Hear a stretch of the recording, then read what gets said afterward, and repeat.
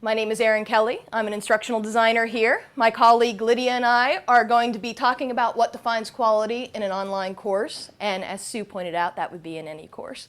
But one of the things we want to address first is quality is kind of a nebulous term. You know, that can mean whatever you want it to mean as long as it means something of high achievement. When we talk about quality with an online course in particular, we're not just talking about putting up a presentation. We want to make sure that we've created a rich learning environment for the students. What this will mean is that by the end of the course, the student will have had the best opportunity possible to learn the material, and at the end of the course, the student will have a high sense of satisfaction with their experience. So we wanted to look at certain qualities that existed in courses where we felt this was the case. These were our 7 defining factors. First of all, you need to orient the students to the course and the LMS, or the learning management system. Now, this is one quality that might not be perfectly analogous to the face-to-face classroom. I didn't have to instruct any of you how to come in and sit down. I don't have to tell you how to ask me a question. But in an online course, you do have to tell your students those things. You have to make sure that you've let them know how it is you expect them to interact, not only with you, but with each other inside the LMS. Also, how to get to the information they're going to need to do their activities and projects. Next, you want to make sure that you provide clear, measurable goals and objectives and measure them. We want to actively engage learners, not just present them information. We want to encourage student collaboration and dialogue. Provide timely and meaningful feedback. Model legal copyright use and appropriate citations. I know that's sometimes difficult. And model universal design for learning. You may have heard that there are different types of learners, and really what it is that we all learn in different ways, and we want to make sure that we try and give people the opportunity to learn the way they prefer to or the way they learn best. So, this will apply in all kinds of online classes or courses. This could be academic, it could be continuing and professional ed, it might be workshops or training. This applies across the board. So what we're going to do now is show examples of these in many different types of courses. The first one, this is Equine Assisted Activities and Therapies. It's a continuing and professional ed course. I lovingly refer to it as the horse course. So what we had to do here was, we're talking about hippotherapy, and in the first few pages of the course, because these are continuing and professional ed, I can reasonably assume they have very little experience with our learning management system. They are not regular students at the university. So I want to make sure that I let them know where all of the pieces are, how to navigate, and how to interact. So the first thing we do is we link to our eCampus tutorial. It's actually preloaded in the shell of every one of our courses, so it's already there. We went a little extra. We actually showed screenshots of the pages of the course and explained what the pieces were. We also wanted to make sure that we had some interactive information in there. So one of the things that we did was we created interactive introductions for each module. Now what this did, because they had to learn about the animals, about the different disabilities that they were going to be looking at, and about the equipment that those students needed to be using, those patients rather needed to be using as they were doing their therapy, we actually had pictures where you could mouse over parts to read about these things. Now what's nice about this is it gives a little extra something to help you remember this. When you think about the expression on the horse, you've actually seen it. When you think about the types of equipment, you've actually seen examples. You've seen that this horse isn't using any reins. So it gives you a visual trigger as well. And of course, the benefit of doing it the way that it was done here is that this is fully accessible. A screen reader will read this entire page. So, first few pages of the course, We have oriented the students. We provided measurable objectives by the point of that being this isn't gratuitous. This is stuff they actually need to know. And we've created an activity that matches with those objectives. We've provided the activities aligned to those objectives, actively engage the learners, and because the instructor actually worked at a place where this happened, she took the pictures herself and she got model releases for the people in the photos. So we had legal photos and we were able to do all of this. Now, that was a continuing and professional ed course, but we can also do this in academic courses. In this case, what we have is a history course where the instructor did an audio introduction to each module or lesson of the course. So we wanted to have something a little bit different, add a little bit of something to the course. You can hear strands of continuity. One great debate among medievalists, scholars who focus on the Middle Ages as a period of study, is whether with the Middle Ages we have a great break with the past in the year 500, or if there are continuities from the period before. Now, this may not seem like much, but if you've ever been in an online course, it is such a big difference if you get to hear the voice of the person you're learning from, or if you get to see their picture. These are so important, and it'll make such a difference in the mind of your student. I went halfway through a course before I ever heard my instructor's voice, and when I heard it, it completely changed what I thought of the instructor. I know that sounds silly, but it's very true. The person was much younger than I expected. For starters, had a much more conversational tone. Everything I read after that seemed much less dry. It really does change the perceptions of your students. Also, I felt like there was another person there. And that makes such a big difference. Networking in a course is much more important than I think people give it credit for. So, we've oriented them not just to the LMS in this case, but actually to the material. We're giving them an overview of what they're about to learn. There is a transcript here, a text transcript, so that if somebody can't hear the audio or doesn't want to listen to the audio, they can read it. So we have audio to introduce the module and a transcript for accessibility. And again, not gratuitous, related to the objectives. Yes?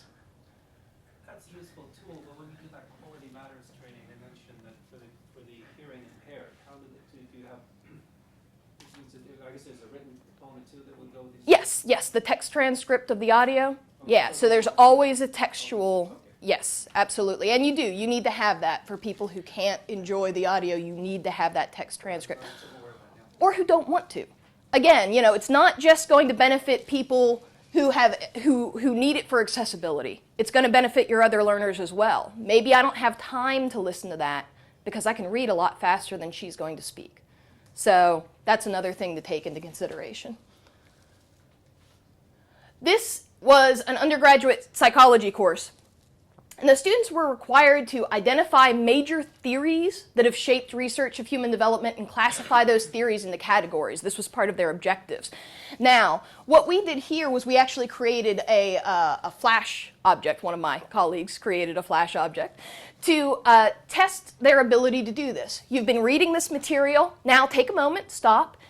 Did you actually get this? Let's check.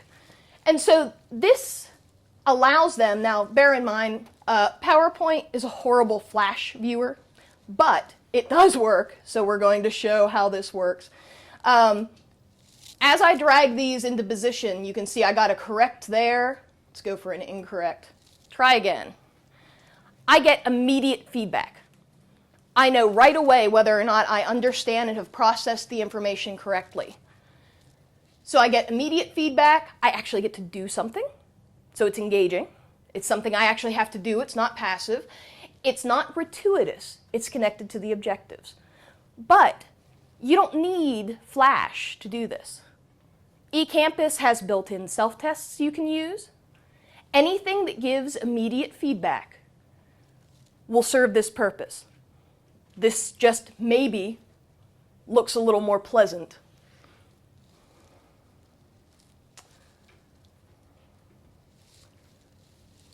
All right, now, as you're going through courses, this is all well and good for the things that you can pre-plan, but you can't always guess whether or not your students are going to get engaged in those discussions, or whether or not they're going to do the things that you expect them to do in the course. So you've got to be willing to change what you're doing as the course goes on. We had 2 examples of this in graduate courses. In one, the instructor was doing a lot with formulas, particularly in an Excel spreadsheet, and he noticed that his students weren't doing as well as he had expected, and he was sure it was because they didn't remember the base math that they needed to do these calculations. But he couldn't get them to ask questions about it. No one was willing to say, I don't remember where that came from. Could you explain it to us? So what he did was he was teaching this face-to-face before he ever taught it online. So he already knew the material and he already knew what kinds of questions they should be having. So he set up an anonymous message board in his course, and he titled it Stupid Math Questions. And he said, no one will know who you are. Ask whatever questions you want. And the message board had tons of questions about all the underlying math that he knew they were having trouble with. But once the stigma of being, the person who didn't remember it was removed, they were willing to ask the questions. So that was his way to get them to do what he knew they wanted to do, but figuring out why it was they weren't doing it and accommodating those students. Similarly, in one of our B&E courses, there was an instructor who had set up office hours via WIMBA. And he knew his students had to have questions about the material, but nobody was attending the office hours. Nobody was coming to talk to him. So instead of office hours, he decided, all right, what I'm going to do is we're going to have 5-minute mini lectures. I'll record them, so that way anyone who misses them can see them. But I'll be there for you to interact with for 5 minutes. I will tell you the most important parts of this module, what it was you should have gotten out of this. People all came to the 5-minute mini lecture. That was something they wanted. And then because they were already there, they asked all of those questions he thought they should have about the material.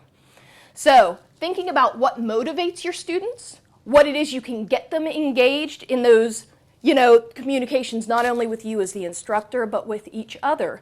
Be willing to change what you're doing midway in order to get them to do it. Now this is, and now my colleague Lydia. We'll just continue. And one thing that you probably noticed here, when we first set out to do this, we identified our 7 points and we thought, all right, we're going to take each point, we're going to show examples. We couldn't separate what we had done into separate examples. If we found out that nearly everything we'd done covered more than one point. And so that's why you see what you're seeing here. And we have more than one of our major points in each one of these courses. This is a facilities management course. This is a training course for university staff. And this involves an interactive scenario situation. It's not a branching scenario, but they're given a scenario and then they have to identify what was good or bad about it. So just to give you an idea of how that works.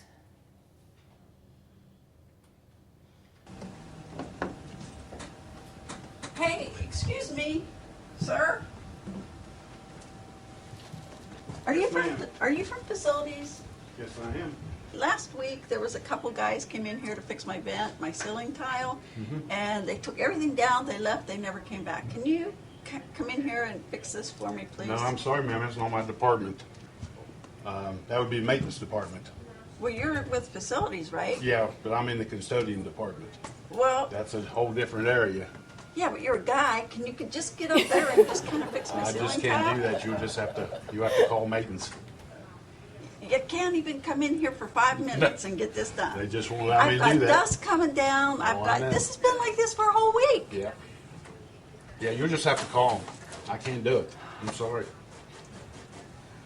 I'll call somebody else. All right, so we've been given the scenario, and then following the page that the video is on, we have a questionnaire. So about this video, they have to answer, how was Tom's customer service? And then they have to answer the question. Feedback is provided on each answer. because it works just like some of the other Flash things you've seen that give us immediate feedback. So in this way, we have connected the activity to the objectives, of course, and it's student content engagement here. We really are looking for three kinds of engagement. We're looking for engagement between the student and the instructor, between the student and other students, and we're looking for interaction between the student and the content. And here's an example of student content interaction or engagement. They get immediate feedback when they take the little quiz, and it does accommodate a couple different learning styles. I should also mention, though that you don't see the example here, that every time we have a Flash activity, we also provide a text version of it that can be read by a screen reader in another location. And we'll probably have some more examples of that as we go along.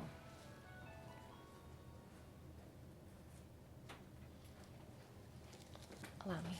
Does it? Yeah, go ahead. Okay. All right, this is an example of an art administration course that we did. The course objectives here required communication among students. There was a real reason for this in real life examples, because if anybody has ever been involved with nonprofit arts organizations, it's a very isolated feeling. And so part of the goals of the instructor was to make sure that when these people learned arts administration, they also learned how to network with other arts administrators. And so throughout the course, they have to communicate with each other and share information. So one activity for absolutely every module was that they had to share information that they discovered as they were doing their work through the course. She gave us some links to start with, as you can kind of see in the upper example there with where the assignment is displayed. And she provided the discussion board for them to do this sharing. In order to make sure that they understood exactly what they needed to do, she provided a rubric, as we like to call it sometimes, upfront feedback. So you know exactly what you're going to be graded on and how you're going to be graded right off the bat. So students knew exactly how they had to interact once they read through the rubric. So that activity then became very measurable, and measurable in realistic terms that were meaningful to the student. So you can see here again, we've got multiple quality objectives met. We've got measurable objectives, we've got student-student interaction, and we've got the dialogue happening between the students, not just, nice post. And the feedback is immediate, because when she graded this, by doing it with grading forms within eCampus, the grading forms can be connected directly to a discussion or to an assignment. And then once you go to the grading section of it, it just pops up with a little radio button checklist, and you check off how well they did in each one of the criteria that you're using for grading, and automatically the score goes to the grade book. So it was very quick feedback. And those grading forms also in eCampus provide a place for comments. So it's not just, digital, okay, 3 points here, 2 points there. You also have an opportunity to clarify anything that the student may or may not understand. So.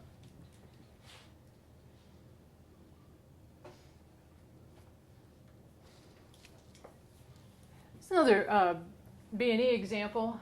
We have a lot of B&E examples. We had a lot of B&E courses. Yes, we do. Actually, too, in this case, we have a map. This was based upon research by the instructor of this course. The course was leadership, in management leadership. And the objectives required students in this particular module to define creativity as to whatever culture it came from. And different cultures around the world, of course, interpret creativity in a lot of different ways. And so the instructor had done a lot of research on this, and she handed us a table with all the data that she had collected and compiled. And so we kind of dressed up the table a little bit and put it that way. But we also wanted students to interact with this information too. So we created something that would actually... Do I have to click twice? No, you have to click on a continent or something. Oh, it's going to work right within here. Yep. Okay. When you click on the particular cultural area, you see that in Arab cultures, the key drivers of creativity are these and approach and outcome is different from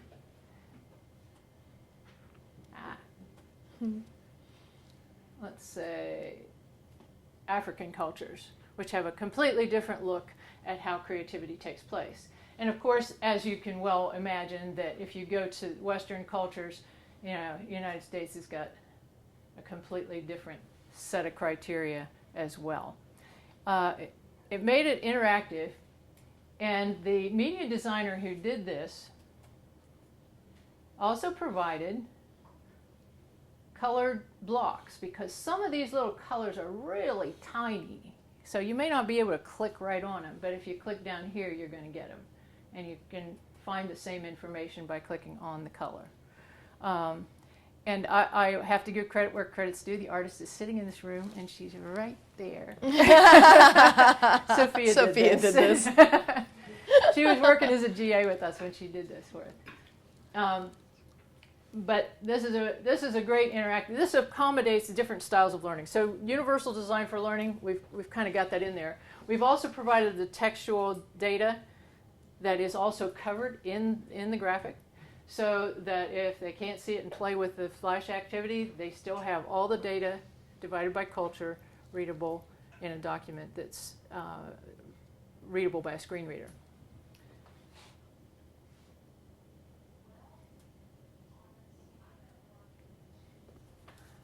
There's another example of using some universal design practices.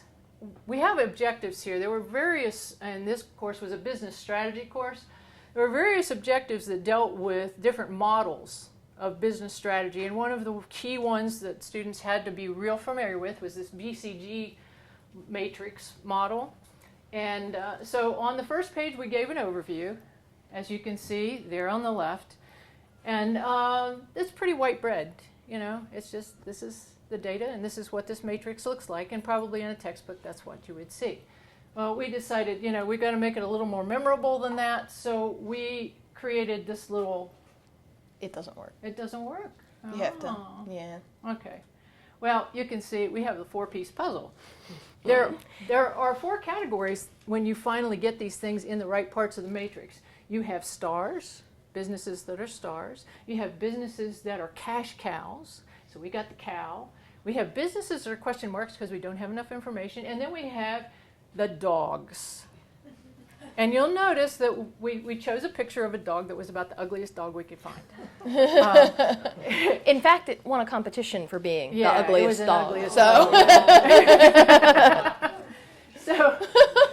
So we provided that. Now, if you play with this puzzle, you can see just by looking, there is no way not to get this puzzle. I mean, it's a no-fail puzzle. It doesn't matter. You're interacting with content. You're actually doing something with it. You get something to actually play with for a minute.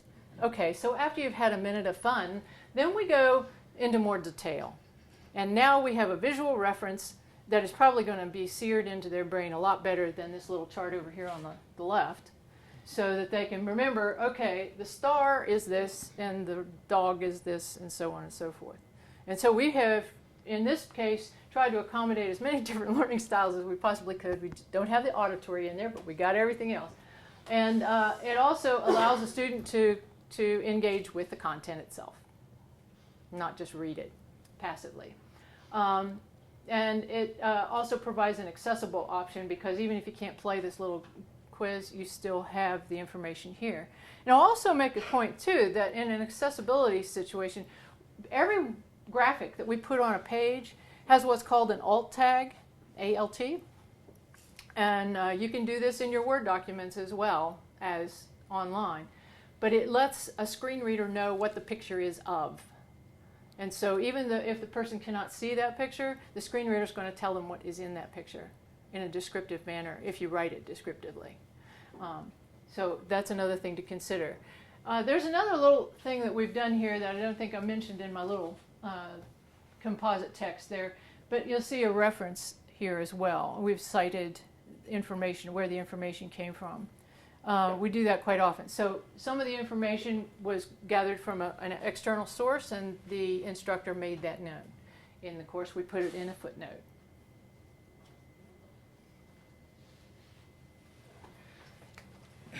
Sometimes storytelling can be an incredibly great teaching tool.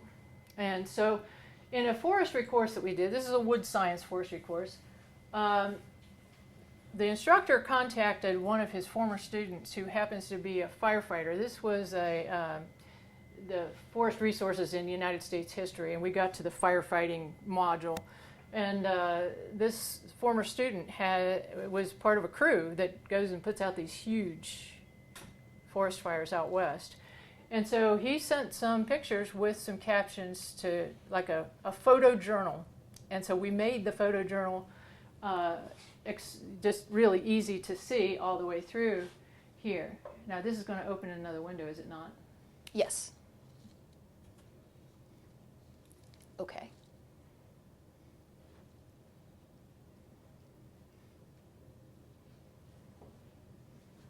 You see, I'm asking questions because I'm not a Windows person. I am, but she's a I'm Mac person, person. so I have So I to. have to say, is this the right dialogue box? Yeah. Okay. All right, so just to kind of click through, and you can see some of these, it becomes a storytelling with the pictures. So there's the guy we were talking about sitting on the truck, and we get to see the kind of fires that this guy is fighting right off the bat. This was near Powell, Idaho. This was their base camp, and I love the caption. I slept on top of an engine because the base camp was right next to a nesting ground for rattlesnakes. That's kind of making it personal, you know? and I think that kind of helps in an online course too, because you can be so distanced on an online course. So if you add the personal elements, it really makes a difference to a student. So you can see kind of how this works. And the whole story of this is how a firefighter in this situation works. And so we had a great example of a real life person and a real life story.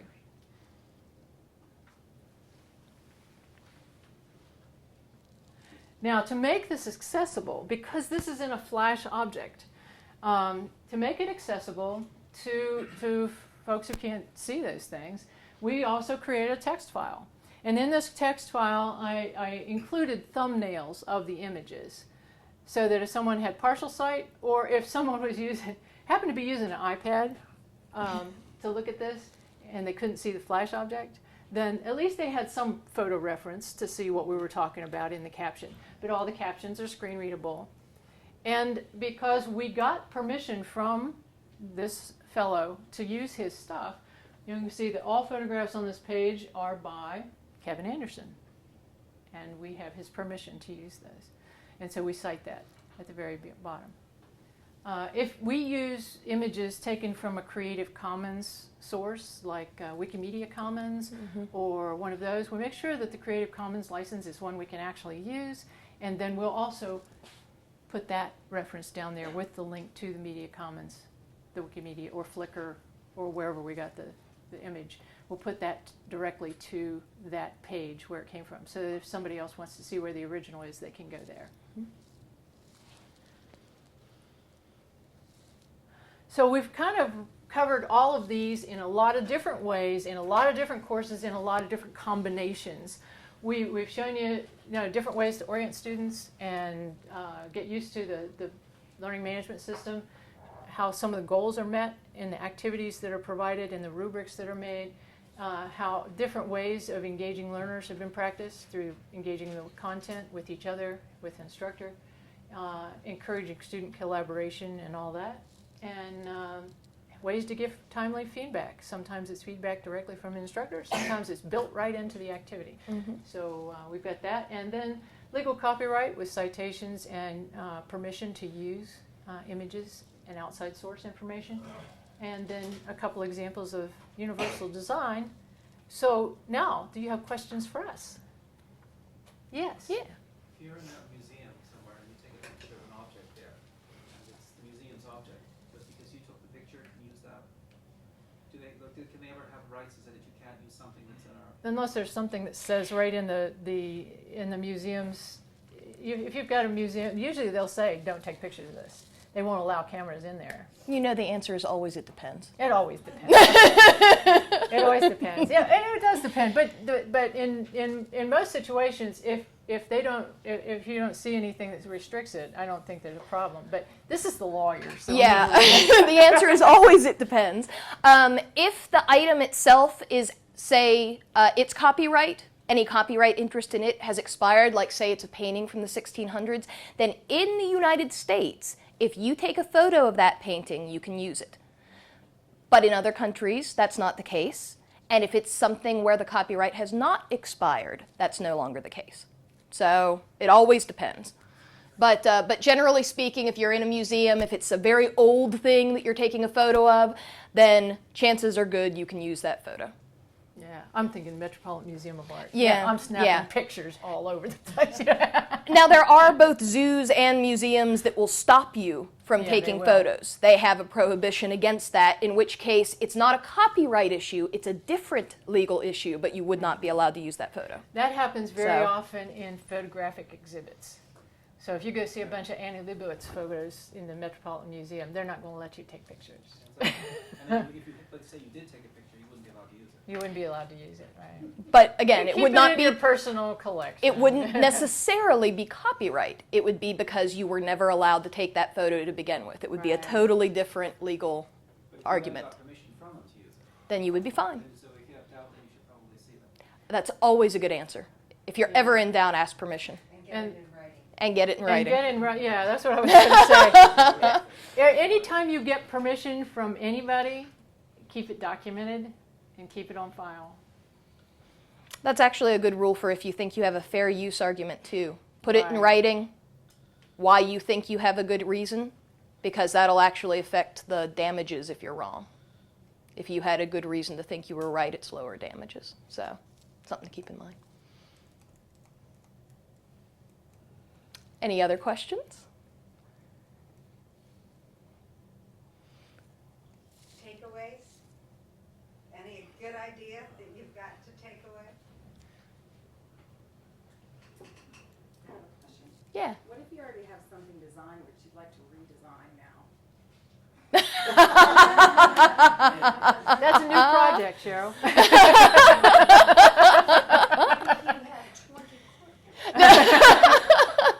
It's a new project. Yeah, you just put in a project request and That is something that we should point out, that if you go to our website, that we have a big link for you to request projects from us. Yeah. So that's something that you can use. Yeah. You can go and request a project. actually we have that button on multiple pages. Yes. So if you miss it the first time, you can see You'll it. catch it at some point. Yes. We talked about the accessibility issues, but I was thinking about the broadband issues, because here in West Virginia, we've Yes. got some people who don't have that. So when you're designing the courses, how much consideration are you taking? Well, in the introductory information, you always should have the technical requirements of the course stated ahead of time in the introductory material. And if there is a student that doesn't have access to something like that, then there's got to be some suggestions. Usually libraries have high-speed connections, so you can use library facilities if you don't have your own Wi-Fi or whatever it is you need. In some cases, though, that becomes a little more difficult, and some departments have taken it on their own to provide CDs with videos instead of having students just be forced to watch the streaming. Because if you're on a non-broadband, dial-up or satellite connection even, the videos are not going to stream very well at all. So you may have to make that kind of an accommodation if need be. As part of our design process too, we usually try to limit the length and the size of our pieces so that that's not as much of a problem. But even with very short pieces, you'll wind up with a choppy video or something that doesn't work the way you want it to. So we always have to think about having those alternatives Right. available. And the other thing too is there are different suggestions that can be built into that technical information at the beginning, because there are a lot of times different browsers render things differently too. And so you may not be able to see it very well on one browser, so flip to another browser and try it there, and it works fine. So And to make sure you have all the plugins, that's another one of the upfront technical things that we make sure people have. And then there's a place to check that right in eCampus to see if all the plugins are up to date. Without being anything really said, what's obvious is in discussing online like and face-to-face, it's really the engagement with the content. And you know, so many of the impressions of what an online course was read and post. And a lot of graduate education had a lot of read this and post to a discussion. And I hope that this gives everybody the concept that really there is a student engagement with the content that's much beyond going out and reading and then coming back and posting. Because that certainly wouldn't meet our expectations of quality. And I think in part that came from a misconception of what happens in a classroom face-to-face. Because, you know, the idea is you go out and read this and you're going to come back and discuss it here together. Well, when you do that online, you don't realize you've lost so much because you don't see people's expressions. You don't have the instructor saying, good question, here's what I think. You've lost a lot of that feedback that naturally happens when you talk to somebody face-to-face. So we have to replace that. We have to put that engagement back in. And if you're thinking now, a lot of the discussion is what's a flipped classroom. So if you're talking about active learning or you're talking about flipped classrooms, then you're putting some of that content and that student engagement with content online. And when they come into the classroom, you're using classroom time to do team projects, to do problem solving, to do active learning types of activities. So, you know, so here we really actually bridge the gap then between the online course and the flipped classroom, the face-to-face environment.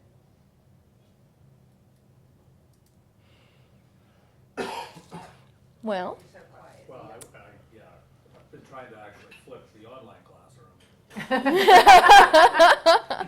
And Tracy's standing out there, which is bad, because I had a real bad experience this week where I was really ready to go, and I produced this fantastic video, and we were going to use Wimba to discuss it. Okay, so the Wimba was actually the flip piece.